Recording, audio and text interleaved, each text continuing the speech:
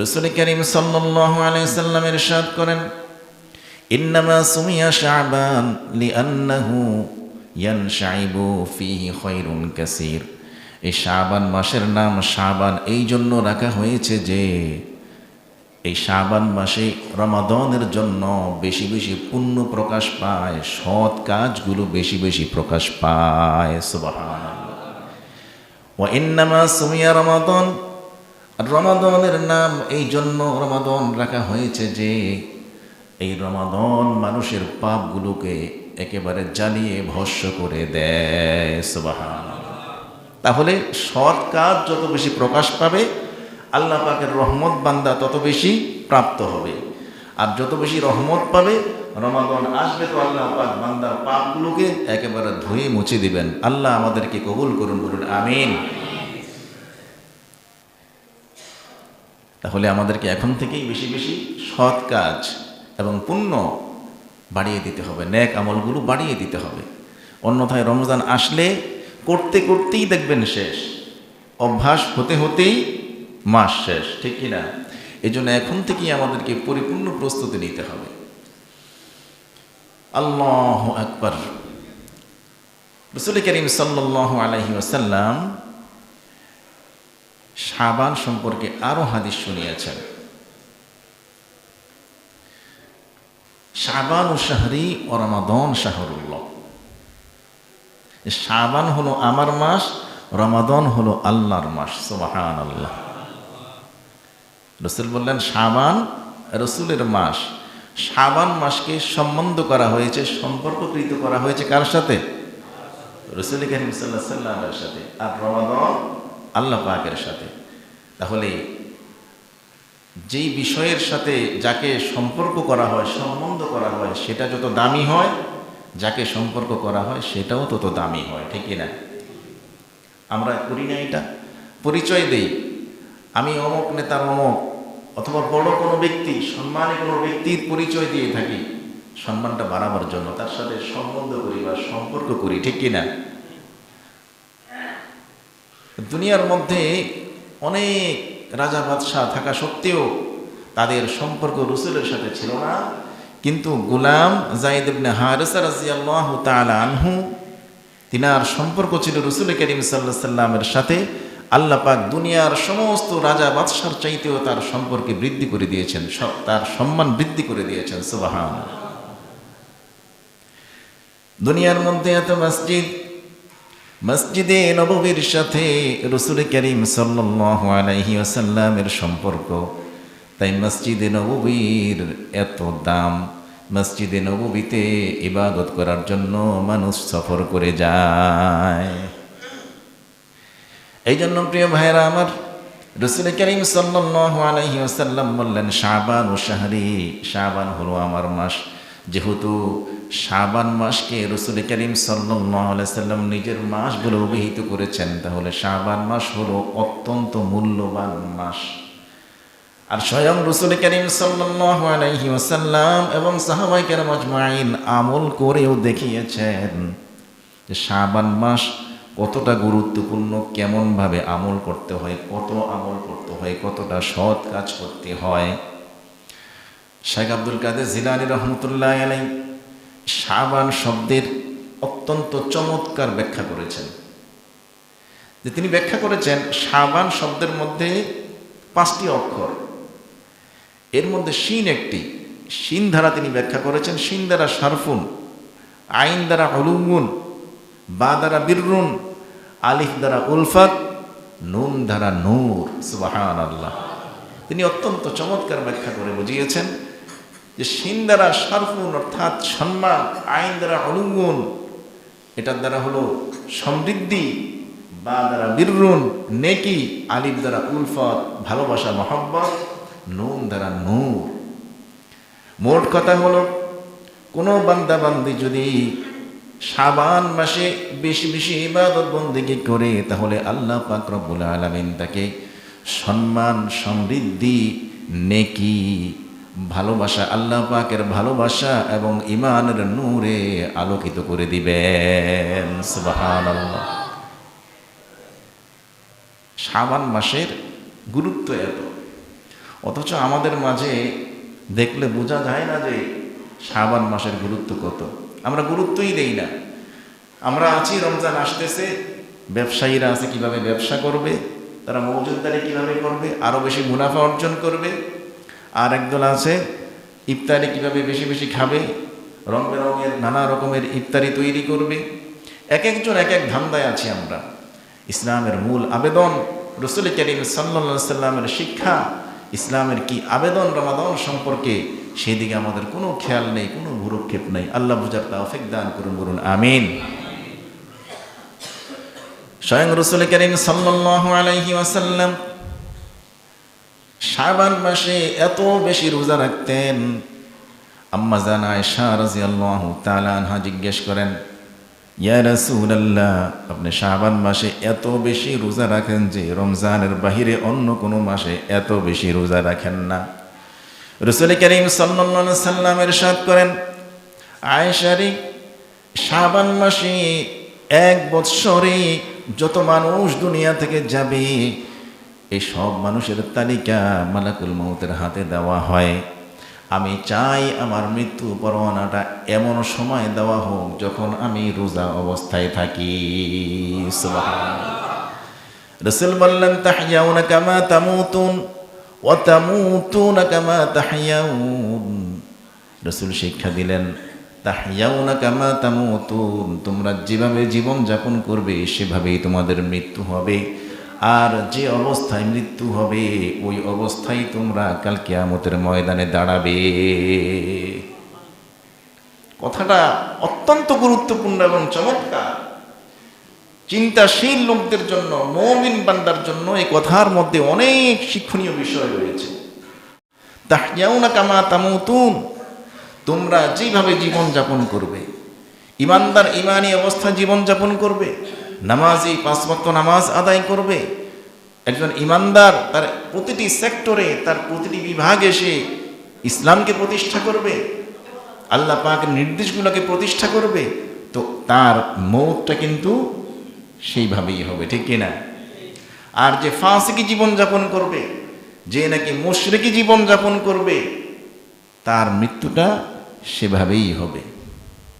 আর মৃত্যু যেভাবে হবে কাল কিয়ামতের ময়দানে সেইভাবেই আল্লাহর দরবারে দাঁড়াবে। প্রিয় ভাইরা আমার, কবিরা গুনায় যারা অভ্যস্ত, যারা ফাসিক, যারা মিথ্যা বলে, মানুষকে ধোঁকা দেয়, চিটিংবাজি করে, এগুলা ফাসিকি কাজ। টাকনুর নিচে কাপড় পরে, সুন্নতের সাথে অহংকারী করে, আল্লাহ পাকের নির্দেশের সাথে অহংকার করে, এই সমস্ত ফাসিক লোকগুলো যদি এই অবস্থায় মৃত্যুবরণ করে হাসরের ময়দানে এই অবস্থায় দাঁড়াবে, বিষয়টা কতটা ভয়াবহ প্রিয় ভাই। হাসরের ময়দানে এমন অবস্থায় দাঁড়াবে, কাল কিয়ামতের ময়দানে আল্লাহর সামনে দাঁড়াবার সময় যদি রাসূল করিম সাল্লাল্লাহু আলাইহি সাল্লামের সুন্নাহ যদি সাথে না থাকে, এই মুখটা যদি সুন্নত দ্বারা ঢাকা না থাকে, আবৃত না থাকে, এই দেহটা যদি সুন্নাহ দ্বারা আবৃত না থাকে, তাহলে ওই অবস্থায় কিন্তু কাল কিয়ামতের ময়দানে দাঁড়াবে। তার অবস্থা আর একজন মুমিন বান্দার অবস্থা কি একরকম হবে? একরকম হবে? কখনোই না। দুইজন ভিন্ন মেরুতে, তাই ভিন্নভাবে দাঁড়াবে। আল্লাহ পাকও তাদেরকে ভিন্নভাবেই বিবেচনা করবেন। শিখার অনেক কিছু রয়েছে এখানে। রাসূল করিম সাল্লাল্লাহু আলাইহি ওয়াসাল্লাম বলেন যে আমি এই জন্য বেশি বেশি রোজা রাখি যে এই মাসে যেন আমার মৃত্যু পরোয়ানাটা এমন সময় হয় যে আমি রোজা অবস্থায়। মুমিন বান্দার উচিত এমন অবস্থায় থাকা, 5 ওয়াক্ত নামাজ যথাসময়ে আদায় করা, যেন তার মৃত্যুটা কোনো এক নামাজের ফাঁকেই হয়। তার নামাজ কাজা অবস্থায় যেন কাল কিয়ামতের ময়দানে দাঁড়াতে না হয়, ঠিক কিনা? একজন মুমিন বান্দার জীবন যাপন হবে এমন, সে কোনো শিরিক করবে না, মুশরিক অবস্থায় দুনিয়া থেকে যাবে না, বিদআত করবে না, বিদআত অবস্থায় দুনিয়া থেকে যাবে না, আল্লাহ পাকের নাফরমান হয়ে দুনিয়া থেকে যাবে না। যদি নাফরমানি জীবন যাপন করে তাহলে ওই অবস্থায় তার মৌত হবে। যেই অবস্থায় মৃত্যু হবে ওই অবস্থায় আল্লাহ পাকের সামনে হাসরের ময়দানে তাকে দাঁড়াতে হবে। প্রিয় ভাইরা আমার, রাসূল কারীম সাল্লাল্লাহু আলাইহি ওয়াসাল্লাম শিক্ষা দিচ্ছেন এই জন্য, তাহইয়াউনা কামা তামুতুন ওয়া তামুতুনা কামা তাহইয়াউন, তোমরা যেমন জীবন যাপন করবে তেমনই মৃত্যু হবে, যেমন মৃত্যু হবে তেমনই হাসরের ময়দানে দাঁড়াবে। আল্লাহ পাক আমাদেরকে পরিপূর্ণ মুসলমান হয়ে মৃত্যুবরণ করার তৌফিক দান করুন, বলুন আমিন। আল্লাহ পাক তো বলেও দিয়েছেন, ইল্লা ওয়া আনতুম মুসলিমুন ইয়া আইয়ুহাল্লাযীনা আমানুত্তাকুল্লাহ হাক্কা তুকাতিহি ওয়া লা তামুতুন্না ইল্লা ওয়া আনতুম মুসলিমুন। মুসলমান না হয়ে মৃত্যুবরণ করো না। কি না হয়ে? মুসলমান তাকেই বলে যে নাকি আপাত মস্তককে, নিজের ইচ্ছাকে, নিজের চাহিদাকে, সব কিছুকে আল্লাহ পাকের হুকুমের সামনে সুপর্দ করে দেয়, ওই ব্যক্তি হলো মুসলমান। একটা করে আর একটা ছাড়ে, মন মতো হলে করে, না হয় করে না, তাকে মুসলমান, পরিপূর্ণ মুসলমান বলা যাবে না। আল্লাহ পাক আমাদেরকে বোঝার তৌফিক দান করুন, আমিন। রাসূল আমাদেরকে শিক্ষা দিলেন। এই জন্য ভাইয়েরা আমার, যে করব, রমাদান আসলে করব, রমাদান আসলে বেশি বেশি নামাজ পড়ব, বেশি বেশি তেলাওয়াত জিকির করব, আরও বেশি ইবাদতে অভ্যস্ত হয়ে যাব, আগামীকাল করব। এই আগামীকালে আমাদেরকে খেয়েছে, কালকে করব, একটু পরে করব, রমজান পর্যন্ত আমি হায়াত পাবো, কোনো গ্যারান্টি কি আছে? আগামীকাল পর্যন্ত আমি নেক কাজ করতে পারবো, আমার হায়াতের গ্যারান্টি কিছু আছে? এই জন্য কাল হলো গতকাল, আজকের কাল, আগামীকাল। কয় কাল? 3 কাল। কয় কাল মোট? 3 কাল।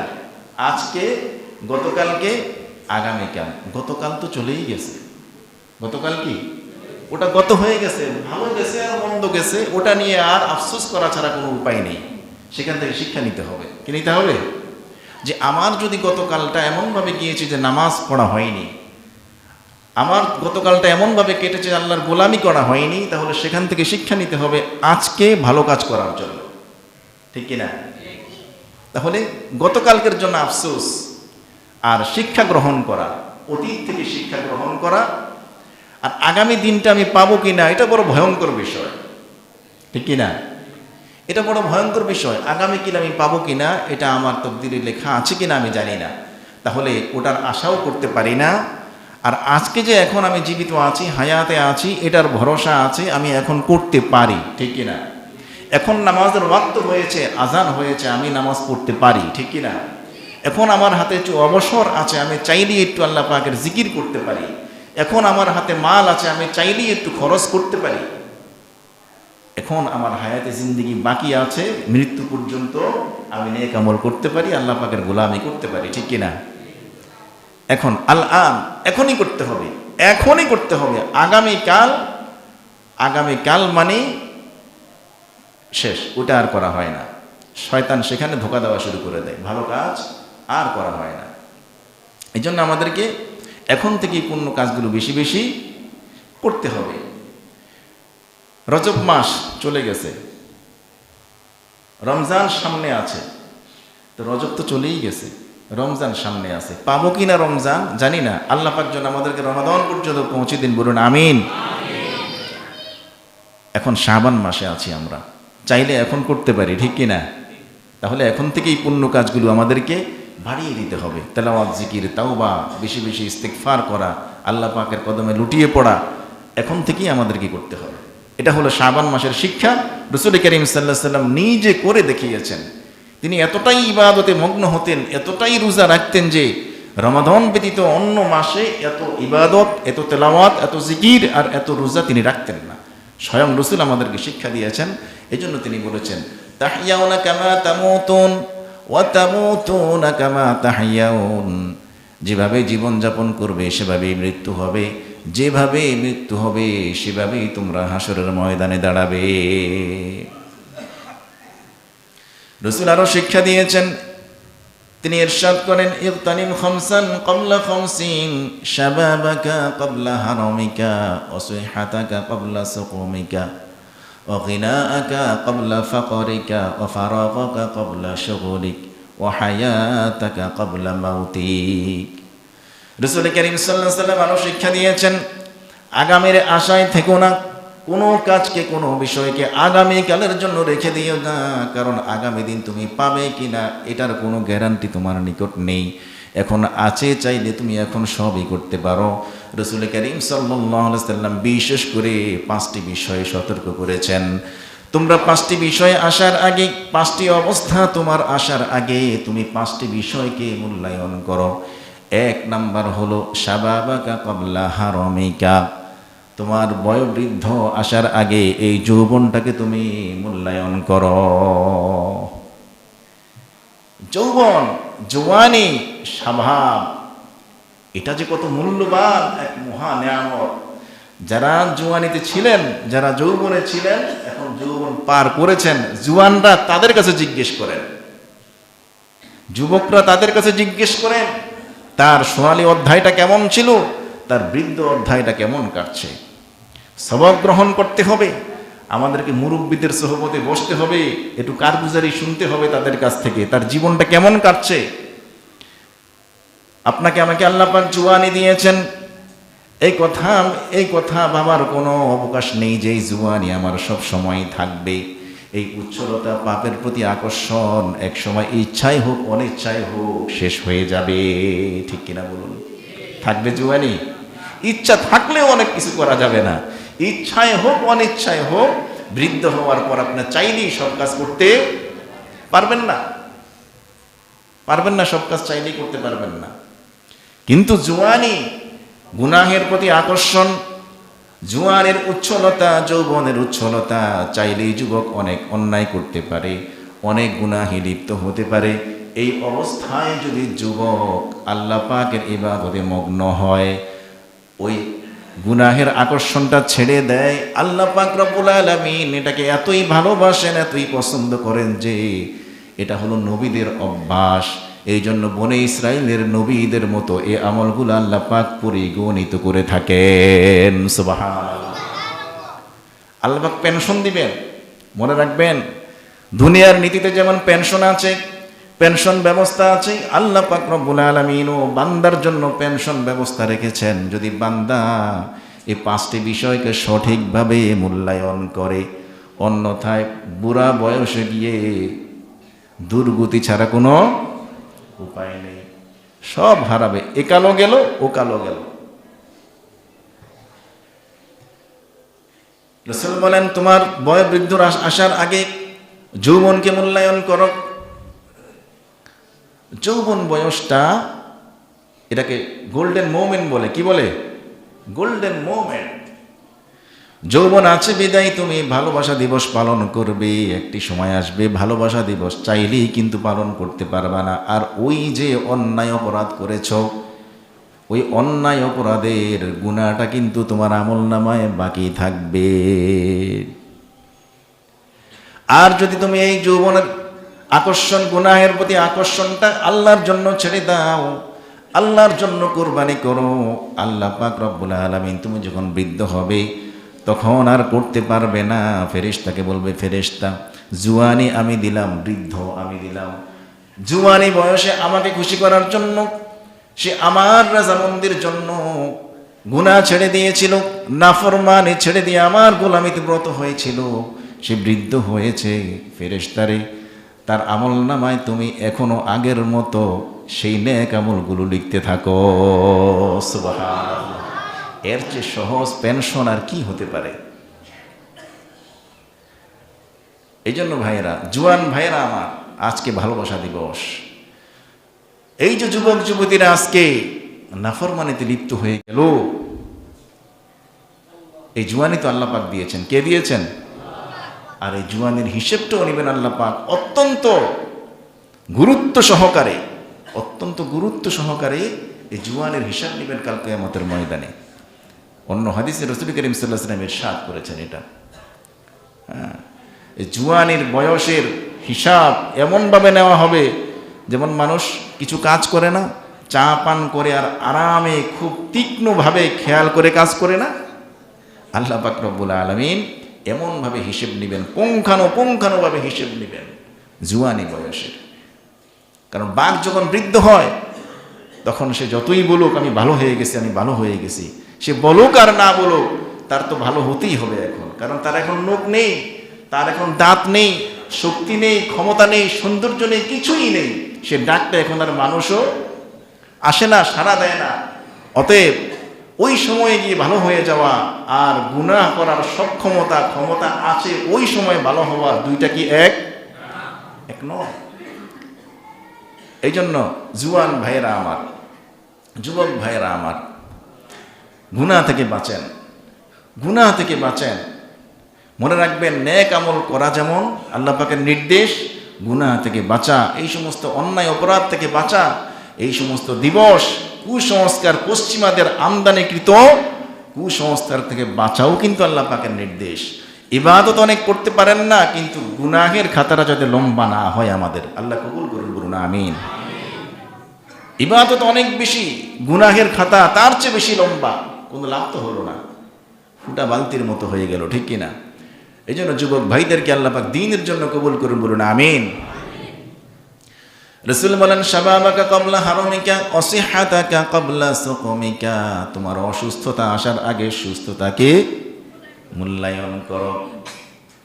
অসুস্থতা এমন এক জিনিস রে ভাই, যে অসুস্থ হয়েছেন সেই জানেন, সুস্থ হওয়ার পরেও কিন্তু মানুষ নাফরমানি করে। অসুস্থ অবস্থায় যে আছেন তাকে জিজ্ঞেস করেন, কারণ সেও সুস্থ হওয়ার পর আবার নাফরমানি করবে। ভুলে যাই আমরা, মনে থাকে না। জ্বর হয়েছে, সর্দি হয়েছে, মাথা ব্যথা হয়েছে, এটার যে কি যন্ত্রণা তাকে জিজ্ঞেস করেন। অসুস্থতাকে ছোট করে দেখার কোনো অবকাশ নেই। অসুস্থ অবস্থায় যে ব্যক্তি শুকরিয়া আদায় করবে আল্লাহ পাকের, তখনও আল্লাহ পাকের নাফরমানি করবে না, আল্লাহ পাক রব্বুল আলামিন ওই অবস্থায়ও তার আমলনামায় নেকি আর সৎকার সওয়াব লিখতে থাকবেন। সুবহানাল্লাহ। আল্লাহ পাক বান্দাকে ভালোবাসেন, ভালোবাসার জন্য তৈরি করেছেন, ভালোবাসার দিবসের কোনো প্রয়োজন নেই। আল্লাহ পাক বান্দাকে ভালোবেসে বেশে অসুস্থ হোক সুস্থ হোক যে অবস্থায় থাক না কেন শুধু আল্লাহ পাকের শুকরিয়া করবে, আল্লাহ পাক রব্বুল আলামিন তার আমলনামায় ভালোবেসে বেশে কি দিবেন? নেক আমল দিয়ে দিবেন। আর দুনিয়ার ভালোবাসার দিবসের নামে যেই সমস্ত ভালোবাসা পালন হয় ওগুলো নর্দমাতে যায়। কোথায় যায়? দেখবেন দুই একদিনের মধ্যেই কত দুর্ঘটনা ঘটে। আল্লাহ হেফাজত করুন, বলুন আমিন। তো সুস্থতার কথা বলছিলাম, সুস্থতার চাইতে বড় নেয়ামত দুনিয়াতে আর নেই। রিজিকের মধ্যে সর্বোচ্চ দারাজাত হলো সুস্থতা। তোমার যদি একটা সুস্থ শরীর থাকে, শুকরিয়া আদায় করো, এর চেয়ে বেশি কিছু চেয়েও না। মানুষ সুস্থ থাকার জন্য, ভালো থাকার জন্যই তো সব কিছু করে, ঠিক কিনা? তো সুস্থই যদি না থাকি, মন মস্তিষ্ক ভালোই যদি না থাকে, তাহলে আমার সম্পদ, আমার ক্ষমতা, আমার বৈবৃত্ত, এটা দিয়ে কি আসে যায়? কে ভোগ করবে? কে ভোগ করবে? এই জন্য আল্লাহ পাক আমাদেরকে সুস্থতার জীবন দান করুন, বলুন আমিন। অগিনাআকা ক্বাবলা ফাকরিকা, রাসূল কারীম সাল্লাল্লাহু আলাইহি ওয়াসাল্লাম তারপর ইরশাদ করেন, তোমার গরিবী আসার আগে তোমার ধনাঢ্যতাকে মূল্যায়ন করো। কি আসার আগে? গরিবী আসার আগে। আর যখন নাকি গরিবী চলে আসবে, অকাতরে দান করতো আল্লাহর রাস্তায়, গরিবী চলে আসছে, আল্লাহ পাক পেনশন দিবেন। কি দিবেন? পেনশন দিবেন। অসুস্থ অবস্থায়, সুস্থ অবস্থায়, সব অবস্থায় আল্লাহ পাকের গোলামি করেছে। আর যখন নাকি বান্দা বৃদ্ধ হয়ে যাবে, তখন তাকে কি দিবেন? পেনশন দিবেন। আবার মাল থাকতে অকাতরে দান করেছে, আল্লাহর রাস্তায় খরচ করেছে, তো আল্লাহ পাক তাকে যখন মাল থাকবে না আফসোস করবে, হায় রে, যখন ছিল তখন দিছে, এখন নাই, দিতে পারি না। আল্লাহ পাক রব্বুল আলামিন ফেরেশতাকে বলেন, ফেরেশতা রে, আমার বান্দাকে আমি মাল দিয়েছিলাম, আমার রাস্তায় খরচ করেছে, আমার সন্তুষ্টিতে খরচ করেছে, আজকে নেই, তার ইচ্ছে হয়, তার ইচ্ছা মাফিক তার আমলনামায় সওয়াবগুলো পেনশন হিসেবে তুমি লিখে দাও। মাল কিন্তু আল্লাহ দিয়েছেন। কে দিয়েছেন? মালের কোনো হাকিকত নেই, কোনো মৌলিকতা নেই। মৌলিকতা হচ্ছে ঈমান আর আমলের। মাল ছেড়ে দিবে, ঈমান আমল ছাড়বে না। কথাটা বুঝে আসছে? মাল ছেড়ে দিবে আপনাকে, আমি না ছাড়লেও মাল আমাকে ছেড়ে দিবে, এ কথা বিশ্বাস রাখেন। আমি যতই আঁকড়ে রাখি আর ধরে রাখি, খামচে রাখি, আমি না ছাড়লেও মাল কিন্তু আমাকে ছেড়ে দিবে। এটা মালের হাকিকত। মাল ধারা দুশ্মনী বাড়ে, মালের ধারা দুশ্মনী বাড়ে, সম্পর্ক নষ্ট হয়, বন্ধু বন্ধুর সম্পর্ক নষ্ট হয়, ভাই ভাইয়ের সম্পর্ক নষ্ট হয়, জাতি গোষ্ঠীর সম্পর্ক নষ্ট হয়, পরিবারের সাথে সম্পর্ক নষ্ট হয়, এই মালের স্বার্থের কারণে মানুষ আপন ভাইকে পর্যন্ত কতল করে, আপন বন্ধুকে কতল করে, গোষ্ঠীকে কতল করে, এমনকি স্ত্রী সন্তানকে পর্যন্ত দুনিয়া থেকে বিদায় করে দিতে দ্বিধা। মাল সাথে থাকবে না, মাল সাথে যাবেও না। যারা মাল কামাই করার জন্য ঈমান নষ্ট করে, আমল নষ্ট করে মানুষের উপর জুলুম করেছিল, মানুষের টাকা মেরে দুর্নীতি করে টাকার পাহাড় করেছিল, তারা আজকে জেলখানার প্রকোষ্ঠে। ঠিক কিনা জোরে বলুন? মাল তাকে ছেড়ে দিয়েছে অথবা দেশ ছেড়ে পালিয়েছে, মালের জায়গায় পড়ে আছে, মাল ভোগ করার মতন তার স্বাভাবিক জীবন এখন আর নেই, সে অস্বাভাবিক জীবন যাপন করছে। ঠিক কিনা বলুন? এটাই ক্ষমতার মাল রে ভাই।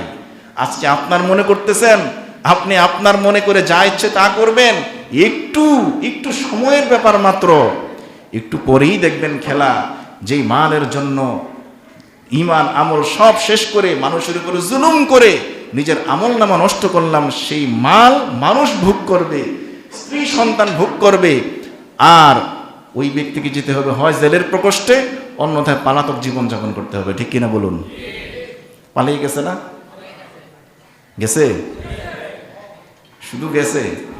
এমন ইতিহাস কি দুনিয়াতে আছে? আরেকটা আমরা চাইছিলাম কি? পদত্যাগ। কি চাইছিলাম? আল্লাহ বলে না না না, তোমরা কিসের বিচার করবা? সবচেয়ে বড় বিচারক কে? জালেমের শাস্তি আল্লাহ পাক রব্বুল আলামিন কাল কিয়ামতেও দিবেন, কবরে দিবেন, হাসরে দিবেন, দুনিয়াতেও দিবেন। তার জ্বলন্ত সাক্ষী ইতিহাস হয়ে আছে আমাদের সামনে। একটা পার্লামেন্ট আগাটু গোড়া সমস্ত পার্লামেন্ট পালিয়েছে। ঠিক কিনা জোরে বলুন? দেশ ছেড়ে পালিয়েছে। কেন জুলুম করতে গেল ভাই? জুলুমের খাতাটা এতটাই লম্বা হয়েছে যে নিজেরাই বুঝতে পেরেছে যে আমার অন্যায় এতটাই হয়েছে, আমাকে যদি মানুষ পায় তার অবস্থা রাখবে না। তাহলে কি হলো? মালের অবস্থা কি হলো? মানুষ চাইলো জুলুমের শাস্তি, কি হলো? মানুষ চাইলো পদত্যাগ, আল্লাহ করালেন দেশ ত্যাগ। যেটা আমরা আসলে আমরা এমনটা চিন্তা করি নাই, কিন্তু ঠিক কিনা? এটা স্বপ্নের মতো লাগে মাঝে মাঝে। আল্লাহ পাক যদি করেন তো এইভাবেই হয়। ঠিক কিনা জোরে বলুন? আল্লাহ চাইলেই হয়। এই জন্য আমাদেরকে শিক্ষা নিতে হবে এখান থেকে, যেন আমার দ্বারা, আমার লোভের ধারা, আমার মাল কামানোর লোভের ধারা কারো উপরে জুলুম না হয়, আমার ক্ষমতার দ্বারা কারো উপরে জুলুম না হয়। কিসের ক্ষমতা, কিসের শক্তি? যৌবনের শক্তি, উচ্ছলতা, টাকার শক্তি, উচ্ছলতা। ডায়রিয়া হোক না 5 বার 7 বার, কত পালোয়ান দেখবেন চিৎপাটান। ঠিক কিনা? 5 বার ডায়রিয়া হোক না, এত শক্তি, হামকে পাড়া কই নিস, চিৎপাটান বিছানায়, তাকে উঠাতে 4 জন লাগে। ঠিক কিনা জোরে বলুন? আমার আল্লাহর সাথে এত বড় বাহাদুরি। আল্লাহ পাক ছাড় দেন কিন্তু সীমা লঙ্ঘনকারীকে ছেড়ে দেন না। ছেড়ে দেন মুমিন বান্দাকে যখন তওবা করে, সীমা লঙ্ঘনকারীকে আল্লাহ পাক ছেড়ে দেন না, কঠিন ধরা ধরেন। আল্লাহ আমাদেরকে বোঝার তৌফিক দান করুন, বলুন আমিন। প্রিয় ভাইরা আমার, মালের মালিক আমি না, আপনি না। মালের মালিক কে?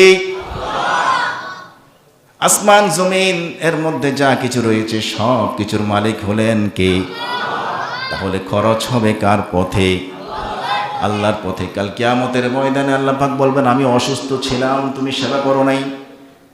আমি অসহায় ছিলাম, তুমি আমাকে সাহায্য করো নাই। আমি বিপদগ্রস্ত ছিলাম, তুমি আমার পাশে দাঁড়াও নাই। আয় আল্লাহ পাক, আপনি তো বেনিয়াজ, খান না, ঘুমান না, আপনি কিভাবে অসুস্থ হন, কিভাবে রুগ্ন হন, কিভাবে ক্ষুধার্ত হন। আমার বান্দা অসহায় বান্দা তোমার পাশেই ছিল, তুমি দেখো নাই। আমার বান্দা অসহায় রোগী বিপদগ্রস্ত তোমার পাশেই ছিল, তুমি ভ্রুক্ষেপ করো নাই। তুমি মাল করেছো এমন জায়গায় যেখানে দিলে তোমার বাহবা দিবে। ঠিক কিনা বলুন? যেখানে খরচ করলে তোমার স্বার্থ হাসিল হবে সেখানে দিয়েছো, সেখানে করেছো। তুমি তাকাও নাই আশেপাশে, আজকে তোমার মাল ধারা তুমি মুক্তি পাবে না, তোমাকে গ্রেফতার করা হলো। মাল কার? আল্লাহ পাক কোরআনে বলেছেন, ওয়াফি আমওয়ালিহিম হাক্কুন লিসাইল ওয়াল মাহরুম। তোমার মালের মধ্যে সাইল মাহরুম, যারা চায় যারা চায় না, সবাই হক রয়েছে। যারা চায় তারা তো চায়, এক শ্রেণী আছে চায় না, তারা চাবে না কখনো। আপনি চোখ খুলে তাকানো না, আপনাকে আল্লাহ পাক মাল দিয়েছে, আপনি খরচ করেন গানের পিছনে, খেলার পিছনে, আপনি যথায় তথায় খরচ করেন। মাল কি আপনার? মাল দিয়েছেন কে? মনে রাখবেন, আপনার টাকা দ্বারা যদি কোনো এক অশ্লীলতা বেহায়াপনা চালু হয়, কোনো এক না জায়েজ কাজ ফাসিকি কাজ চালু হয়, আমাদের দেশের জাতীয় খেলা বলেন, জাতীয় নাট্যমঞ্চ বলেন, এগুলো সব নাজায়েজ, হারাম। কি এগুলো? হারাম ইসলামের শরিয়াতে। আপনার অর্থ যদি এই সমস্ত জায়গায় ব্যয় হয়, যেই জায়গায় ব্যয় হওয়ার কারণে ইসলামী অর্থনীতি ধ্বংস হয় আর মুসলমান অসহায় হয়, তাহলে কাল কিয়ামতের ময়দানে এই মাল আপনাকে ছাড়বে না, এই মাল আপনার ঘরের মধ্যে কামড়ে জাহান্নাম পর্যন্ত নিয়ে যাবে। আল্লাহ পাকের শাস্তি এটা। আল্লাহ হেফাজত করুন, বলুন আমিন। তাহলে অগিনা আকা কবলা ফাকরিকা, তোমার ফকিরি আসার আগে টাকাটার একটু মূল্যায়ন করো। রমজান আসতেছে, আমাদেরকে এখন থেকে অভ্যস্ত হতে হবে মাল বেশি বেশি খরচ করা, সৎ পথে খরচ করার এখনই অভ্যস্ত হতে হবে, যখন রমজান আসলে আমরা বেশি থেকে বেশি আল্লাহর রাস্তায় খরচ করতে পারি, বলুন আমিন। রাসূল কারীম সাল্লাল্লাহু আলাইহি সাল্লাম তারপর বলেন, তোমার ব্যস্ততা আসার আগে অবসরকে তুমি মূল্যায়ন করো। আমরা অনেক ব্যস্ত, ঠিক না? অনেক ব্যস্ত, কামে না আকামে। নামাজ পড়ার সময় নাই ওনার, কি নেই? নামাজ পড়ার সময় নেই, একটু আল্লাহর কোরআনকে ধরে দেখার সময় নেই, জিকির ইস্তেগফার করার সময় নেই, ভালো কাজ করার কোনো সময়। উনি অনেক ব্যস্ত ব্যবসা নিয়ে অথবা ওনার কাজ নিয়ে। এটা কেমন কাজ রে ভাই? যেই কাজে ব্যস্ত হলে আল্লাহ পাকের নাফরমানি হয়, যেই কাজে ব্যস্ত হলে নামাজ ছুটে যায়, যেই কাজে ব্যস্ত হলে আমার আখিরাত নষ্ট হয়ে যায়। ব্যস্ততা কাকে দেখাচ্ছেন আপনি? ব্যস্ততা কাকে দেখাচ্ছেন? আমার মালিক আপনাকে টাকা দিল, আমার মালিক আপনাকে ব্যবসা দিল, আল্লাহ পাক আপনাকে এই ব্যস্ততা সময়, মালিক আল্লাহ পাক সময় দিল আপনাকে, আপনি এই সময়কে ব্যস্ততার এক মাধ্যম বানিয়ে নিলেন, আল্লাহর দেওয়া মালকে ব্যস্ততার মাধ্যম বানিয়ে নিলেন, আল্লাহ পাকের হুকুমগুলোকে একের পর এক কতল করলেন। আল্লাহ পাক বলেন, এটাকে রাসূল বলেন মূল্যায়ন করো, অন্যথায় কঠিন মূল্য দিতে হবে। যখন ব্যস্ত হয়ে যাবা, ঠিকই আল্লাহ পাক রব্বুল আলামিন এমন ব্যস্ত করে দিবেন, আসলেই কপালে এক ওয়াক্ত নামাজ জুটবে না। এমন বান্দা আছে না নাই? অবসরকে মূল্যায়ন করতে হবে। রাসূল শিক্ষা দিয়েছেন, রমজান আসতেছে, অবসরকে মূল্যায়ন করো, যেন রমজান আসলে বেশি থেকে বেশি ইবাদত করতে পারো, সময়কে কাজে লাগাতে পারো। প্রিয় ভাইরা আমার, রমজান আসলে তো ইবাদত করে সেটার দ্বারা আমি মূল্যায়িত হব, আমার দারাজাত বুলন্দ হবে। অভ্যাস তো এখন থেকে হতে হবে, অভ্যাস এখন থেকেই হতে হবে। এই জন্য সাহাবায়ে কেরাম আজমাইনও যখন নাকি শাবান মাস আসতেন, তিনারা ইবাদতের মাত্রা বাড়িয়ে দিতেন, রোজার মাত্রা বাড়িয়ে দিতেন। যারা হাকেম ছিলেন বিচার কাজ সম্পূর্ণ করে দিতেন, জাকাত যাদের ছিল জাকাত আদায় করে দিতেন, যার যেই কাজ ছিল সমস্ত কাজ থেকে ফারেক হয়ে যেতেন, যেন রমাদানুল মুবারকে বেশি থেকে বেশি ইবাদত করা যায়, নামাজ তেলাওয়াত জিকির করা যায়। আর আমরা এখন থেকেই প্রস্তুতি নিচ্ছি রমজান আসলে কিভাবে বেশি বেশি পকেট কাটা যায়, ঠিক কিনা জোরে বলুন? আলু পেঁয়াজ, হ্যাঁ, বিশেষ করে সবজিগুলা, এই সপ্তাহেই দেখবেন অবস্থা কেমন হয়, বাজারের অবস্থা। আমরা যেমন মুআমেলা করি, আল্লাহ পাকও আমাদের সাথে তেমনই মুআমেলা করেন। দেখেন কয়েকদিন পর পর বন্যা জলোচ্ছ্বাসের মাধ্যমে এই ফসল সব নষ্ট হয়ে যায়, হাহাকার পড়ে যায়, ঠিক কিনা জোরে বলুন? কেন? এর সদ্ব্যবহার আমরা করি না। সদ্ব্যবহার যখন বান্দা করবে, যথাসময়ে আল্লাহ পাক রিজিকের ব্যবস্থা করে দিবেন। কারণ রিজিকের মালিক কে? আল্লাহ পাক। এই জমিনের মধ্যে বিচরণশীল যত প্রাণী আছে, সবাই রিজিকের দায়িত্ব কার? وَمَا مِن دَابَّةٍ فِي الْأَرْضِ إِلَّا عَلَى اللَّهِ رِزْقُهَا। এই জমিনে বিচরণশীল যত প্রাণী আছে, এই সকলের রিজিকের দায়িত্ব জিম্মাদার একমাত্র আল্লাহ পাক রব্বুল আলামিন। অতএব রিজিককে দূরে রাখা, সংকুচিত করা, গুদামজাত করা এবং সেটাকে স্টক করে রেখে বেশি বেশি মুনাফা আদায় করার চেষ্টা করাটা হলো আল্লাহ পাকের ওই নির্দেশের নাফরমানি। যে আল্লাহ পাক বলেছেন রিজিকের মালিক তো আমি, তো আল্লাহ পাক নিজেই যেহেতু রিজিকের মালিক, সময় মতো ব্যবস্থা করবেন কে? আল্লাহ পাক। এত হাহাকারের দরকার নেই তো, শুকরিয়া আদায় করতে হবে, শুকরিয়ার মধ্যে থাকলেই হবে। আল্লাহ আমাদেরকে তৌফিক দান করুন, বলুন আমিন। এই জন্য আমি যে আয়াতে কারিমা তেলাওয়াত করেছি, এখানে আল্লাহ পাক বলেছেন, ইন্নাল্লাযীনা ইউহিব্বুনা আন তাশিআল ফাহিশাতু ফিল্লাযীনা আমানু লাহুম আযাবুন আলীমুন ফিদ দুনিয়া ওয়াল আখিরা ওয়াল্লাহু ইয়ালামু ওয়া আনতুম লা তা'লামুন। সম্মানিত উপস্থিতি, এই আয়াতটি হলো সূরা আন-নূরের 19 নম্বর আয়াত। আল্লাহ পাক রব্বুল আলামিন এই আয়াতে বলেন, নিশ্চয়ই যারা নাকি ইউহিব্বুনা আন তাশিআল ফাহিশা ফিল্লাযিনা আমানু, যারা নাকি মুমিনদের মধ্যে, মুসলমানদের মধ্যে অশ্লীলতা বেহায়াপনা ছড়িয়ে দিতে পছন্দ করে, ভালোবাসে, এদের জন্য রয়েছে দুনিয়া আখেরাতে কঠিন আযাব, কঠিন শাস্তি। নাউযুবিল্লাহ। কি রয়েছে? কঠিন শাস্তি। আজকে 14ই ফেব্রুয়ারি ভালোবাসা দিবস।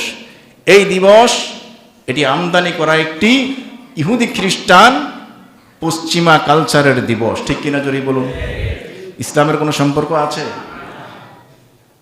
ইসলামে কোনো ভালোবাসা দিবস আছে? আল্লাহ পাক কি একদিনই ভালোবাসেন, না 12 মাস ভালোবাসেন? সবসময় ভালোবাসেন? আমরা পিতামাতা স্ত্রী সন্তানকে সবসময় ভালোবাসি, না শুধু আজকেই?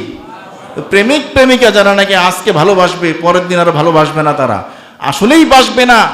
আজকে যেই পরিমাণ জিনা ব্যভিচার হবে, কাল পরশু তার ফসল আমরা দেখতে পাবো। ডাঙায় ডোবায় রাস্তাঘাটে ধর্ষিতা হয়ে নারীরা পড়ে আছে। ঠিক কিনা জোরে বলুন? এটা হলো তার প্রতিফল, ফসল, বেহায়াপনার, বেপরদার ফসল এগুলা। এই বেপরদার ফসল, পর্দার কথা যখন আমরা বলতে যাই, তখন নারীবাদীরা তাদের গায়ের মধ্যে আগুন জ্বলে যায়। ঠিক কিনা জোরে বলুন? আর যখন নাকি এই বেপরদার ফসল হয়ে নারীরা ধর্ষিতা হয়ে, মৃত হয়ে রাস্তাঘাটে পড়ে থাকে, তখন এই নারীবাদীরা মুখের মধ্যে কুলুপ দিয়ে বসে থাকে। ঠিক কিনা বলুন? এরাই আমদানি করেছে এই সমস্ত দিবসগুলাকে। এই জন্য প্রিয় ভাইরা আমার, এটা হলো অশ্লীলতা বেহায়াপনার এক দিবস। এটা হারাম। ভালোবাসার কোনো দিবস নেই। আল্লাহ পাক যেমন বান্দাকে বানিয়েছেন ভালোবাসে, আমরা ভালোবাসি মুসলমান ভাইদেরকে সব সময়। আমরা আমাদের স্ত্রী সন্তান পিতামাতা আত্মীয় স্বজন সবাইকে ভালোবাসি, ভালোবাসবো। এই ভালোবাসা থাকবে আমাদের মৌত পর্যন্ত। এমনকি কবরে, হাসরে, মিজানে, ফুলসেরাতে আল্লাহ পাক যদি জান্নাত নসিবে থাকে, জান্নাতেও দেখা হবে ইনশাআল্লাহ। অতএব ভাইরা আমার, এই তরিকা হলো ইহুদি খ্রিস্টানের তরিকা। কার তরিকা? ইহুদি খ্রিস্টানের তরিকা। আজকে মুসলমান ইহুদি খ্রিস্টানের তরিকাকে এমনভাবে আঁকড়ে ধরেছে, এত মার খায়, তারপরেও ইহুদি খ্রিস্টানের তরিকা আমরা ছাড়তে রাজি না। ইহুদি খ্রিস্টানের তরিকা আপনি দেখেন না বুঝি? এই পোশাকে যদি যান, মুসলমানের বাচ্চার গায়ের মধ্যে যে পোশাকগুলো দেখবেন, শতকরা 90% পোশাক এটা ইসলামী পোশাক নয়। ঠিক কিনা জোরে বলুন? আপনি পরিবার নীতি বলেন, ব্যক্তি নীতি বলেন, সমাজনীতি আর রাষ্ট্রনীতি বলেন, প্রত্যেকটা জায়গায় আমরা এই ইহুদি খ্রিস্টানের পশ্চিমা তরিকা, পশ্চিমা পদ্ধতিকে আমরা লালন করি এবং সেটাকে প্রতিষ্ঠা করার চেষ্টা করি। ওই যে বলেছিলাম না, আমরা সুশৃঙ্খল সমৃদ্ধি চাই, ভালো থাকতে চাই, কিন্তু ইসলামিক সমাজ ব্যবস্থা, রাষ্ট্র ব্যবস্থা চাই না। কারণ ইসলামী রাষ্ট্র ব্যবস্থার সমাজ ব্যবস্থা আসলে এগুলার এই সমস্ত অপকর্মের উঠার আঘাত লাগবে, অনেকেরই স্বার্থে আঘাত লাগবে, নারীবাদীদের স্বার্থে আঘাত লাগবে, নাস্তিকদের স্বার্থে আঘাত লাগবে। এই জন্য ভাইয়েরা আমার, আমাদেরকে ইহুদি খ্রিস্টানের তরিকা ছাড়তেই হবে। দাড়ি সাসা, এটা কি মুসলমানের তরিকা না ইহুদি খ্রিস্টানের তরিকা? আছে আমাদের মধ্যে? টাকুর নিচে কাপড় পরা কার তরিকা? রাসূলের তরিকা না ইহুদি খ্রিস্টানের তরিকা? হ্যাঁ। তারপরে বিবাহ শাদীতে কি হয়? ওরে গান বাজনা শুধু এটা বললেই হলো, এতটুকুই শেষ? একা বাজায় না, পুরা মহল্লাবাসীকে নিয়ে বাজায়। ঠিক কিনা জোরে বলুন? যে আমাদের তালে তালে তোমরাও হিলো, তোমরাও একটু নাচো আমগুলোকে, আমরা ঘুমাই না তোমরাও ঘুমাইও না, নামাজ তোমরা পড়বা কেন মসজিদে, আমরা গান বাজাই, আমগুলোকে একটু গান বাজাও। ঠিক কিনা জোরে বলুন? তুই আসতে বাজা, তুই যাবি তো তুই একলা যা। ঠিক কিনা? এই জন্য প্রিয় ভাইরা আমার, আমাদের নারীদেরকে পর্দায় রাখতে হবে। মনে রাখবেন, ইহুদি খ্রিস্টানদের তাদের কোনো পরিবার ব্যবস্থা নেই, ব্যক্তি ব্যবস্থা নেই, তাদের অস্তিত্ব নেই, সমাজ ব্যবস্থা নেই। তারা লাঞ্ছনার জীবন যাপন করে। তারাও চায় মুসলমানদের মধ্যে এই কালচার ছড়িয়ে দিয়ে মুসলমানের পরিবার ব্যবস্থাকে ধ্বংস করে দেওয়ার জন্য। পরিবার ব্যবস্থা কিছুই থাকবে না, সুশৃঙ্খল কিছুই থাকবে না, শৃঙ্খলা থাকবে না, কিছুই থাকবে না। আর সেটাই হলো তার প্রতিফলন, এই সমস্ত অপকর্মের ধারা। আপনি দেখেন কিভাবে বাইন্ডিংসগুলো ভেঙে যাচ্ছে, পরিবারের বাইন্ডিংস ভেঙে যাচ্ছে, স্বামী স্ত্রীর সংসার প্রতিদিন কতগুলো ভাঙছে, ডিভোর্স কত হচ্ছে, অনাকাঙ্ক্ষিত সন্তান ডাস্টবিনে কত পাওয়া যাচ্ছে। সেগুলো হলো এই সমস্ত দিবস আর ইহুদি খ্রিস্টানের এই সমস্ত তরিকা পালন করারই ফসল। যতদিন পর্যন্ত না নারীরা পর্দায় আসবে, যতদিন পর্যন্ত না ইসলামী কোরআনে আইন প্রতিষ্ঠা হবে, আপনি যতই তন্ত্র মন্ত্র দেন না কেন বন্ধ করতে পারবেন। ইহুদি খ্রিস্টানের তরিকা, ওই যে তসলিমা নাসরিন নামে এক মহিলা, নষ্টা ভ্রষ্টা পতিতা সমতুল্য এক মহিলার বই, যেটা নিষিদ্ধ, লিখনির মাধ্যমেও তাদের তরিকা প্রতিষ্ঠা করার চেষ্টা করা হচ্ছে, লিখনির মাধ্যমেও। যার বই বাংলাদেশে নিষিদ্ধ, তার বই বইমেলার স্টলে উঠেছে, আর সেখানে কিছু তাওহীদি জনতা বাধা দিয়েছে, তার বই চলতে পারবে না।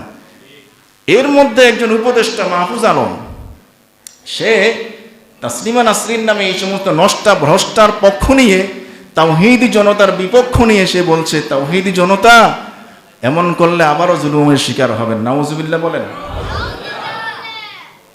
ক্ষমতা পেলে আর কিছু চোখে দেখো না, তাই না? জুলাইয়ের অভ্যুত্থান তাওহীদি জনতারই ফসল, ঠিক কিনা জোরে বলুন। জুলাইয়ের অভ্যুত্থানের পরে তোমরা পেয়েছো উপদেষ্টার চেয়ারের পদ, কথা বলতে হুঁশ থাকে না। আরেকটা অভ্যুত্থান হবে তাওহীদি জনতার বিপক্ষে কথা বললে, ঠিক কিনা জোরে বলুন। আমরা আশা করব এই সমস্ত কথা প্রত্যাহার করবা তোমরা। তাওহীদি জনতা জেগেছে, ইসলাম প্রতিষ্ঠা না হওয়া পর্যন্ত তাওহীদি জনতা জেগেই থাকবে ইনশাআল্লাহ। এটা ইমানি দায়িত্ব। কি দায়িত্ব? ইমানি দায়িত্ব। সে একটা নাস্তিক, তসলিমা নাসরিন। কি এটা?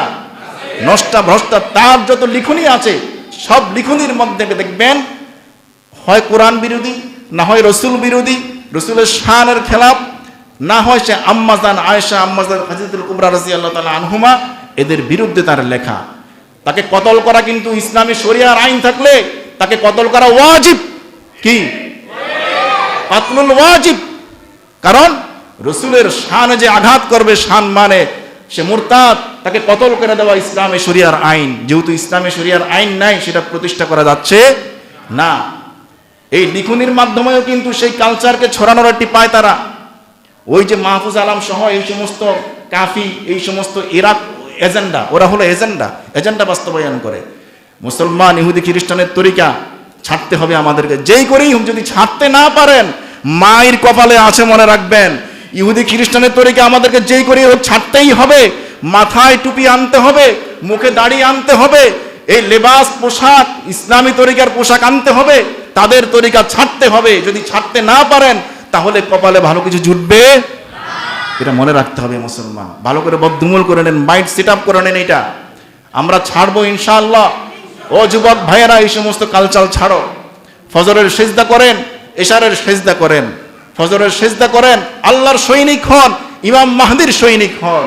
যদি সেজদা কপালে না জুটে, ইমাম মাহদি আসলেও তার সৈনিক হওয়া কপালে জুটবে না। এটা কোরআন সুন্নাহর কথা, হাদিসের কথা, আমি বানিয়ে বলছি না। ইমাম মাহদির সৈনিক হতে পারবেন যদি ফজরের সেজদা কপালে জুটে, ইশারের সেজদা কপালে জুটে, নামাজের সেজদা কপালে জুটে, আর এই সুন্নাহ যদি চলে আসে। অন্যথায় ইমাম মাহদি ঈসা আলাইহিস সালাম আসবেন, তাদের সৈনিক হওয়া সম্ভব হবে না। আমার যুবক ভাইয়েরা, গুনাহ থেকে বাঁচেন, গুনাহ থেকে বাঁচেন। এই সমস্ত তরিকা ছাড়েন, ইহুদি খ্রিস্টানের তরিকা ছাড়েন। ইসলামের তরিকা, রসুলের তরিকার মধ্যে রয়েছে শান্তি, সুখ, সমৃদ্ধি, সেটার মধ্যে আসেন। আল্লাহ আমাদেরকে কবুল করুন, বলুন আমিন। আমরা ইমাম মাহদির সৈনিক হইতে রাজি আছি ইনশাআল্লাহ। 5 ওয়াক্ত সালাত আদায় করতে রাজি আছি ইনশাআল্লাহ। তাওহীদি জনতা হয়ে মৃত্যু পর্যন্ত আমরা অটুট সৈনিক থাকবো ইনশাআল্লাহ। কোন নাস্তিক, কোন ইসলাম বিদ্বেষীকে আর এই দেশে দাঁত বসাতে সাহস দেওয়া হবে না। আপনি বলবেন এখানে হুঙ্কার দিয়ে লাভ কি? হ্যাঁ, হুঙ্কার দিয়ে লাভ হইছে। এই হুঙ্কার যদি না থাকতো, তাওহীদি জনতার হুঙ্কার যদি না থাকতো, জুলাইয়ের অভ্যুত্থান পেতেন না। জুলাইয়ের অভ্যুত্থান মনে করেন না ছাত্ররা সব কি সব হিন্দুরা মুসলমান? আরে শহীদি তামান্না ভিতরে না থাকলে কোনো বিজয় অর্জন করা যায় না, মনে রাখবেন। শহীদি তামান্না ভিতরে রেখেছে, শহীদ হয়েছে, জীবন দিয়েছে, আল্লাহ পাক রক্তের বিনিময়ে এই শান্তি এই দেশবাসীকে দিয়েছে। কিন্তু যদি যাদেরকে, যে জালেমদেরকে আমরা তাড়িয়েছি, জুলুম যদি তাড়াতে না পারেন, আবারও যদি জুলুম হয়, তাইলে কোনো লাভ হবে না, ঠিক কিনা?